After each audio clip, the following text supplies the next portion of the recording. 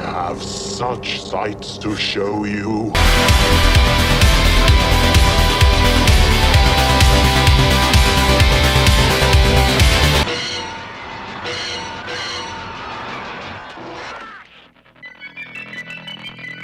The Burning. The amount of Friday the 13th clones that came out in the early 80s was just it's too much to count. It could almost make up a Scary Mania in and of its own right.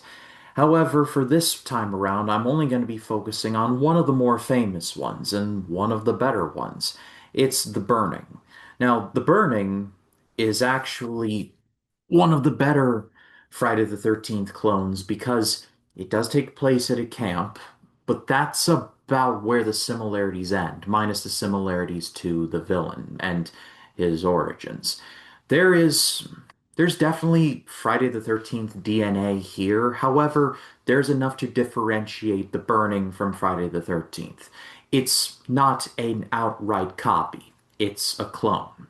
There is different stuff here. It tells the story of a caretaker at a summer camp who is burned. I mean, really burned. Like, seriously. He looks like Johnny from In a Violent Nature.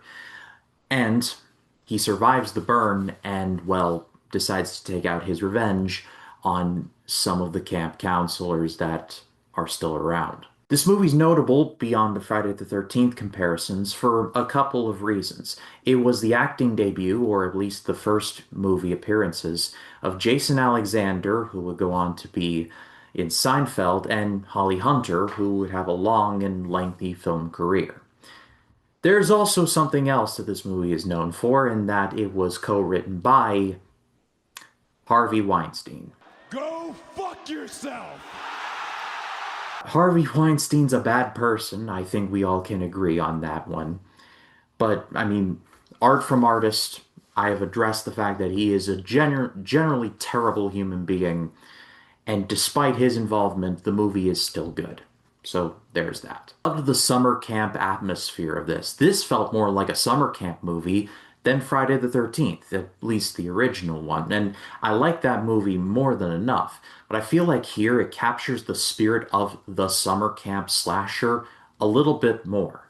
And I also love the look of the villain. The villain looks genuinely terrifying here.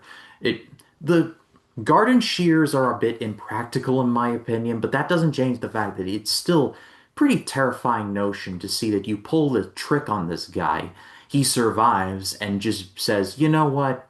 I think it's time to take you out. The opening of this movie is pretty shocking, and the ending is just as shocking.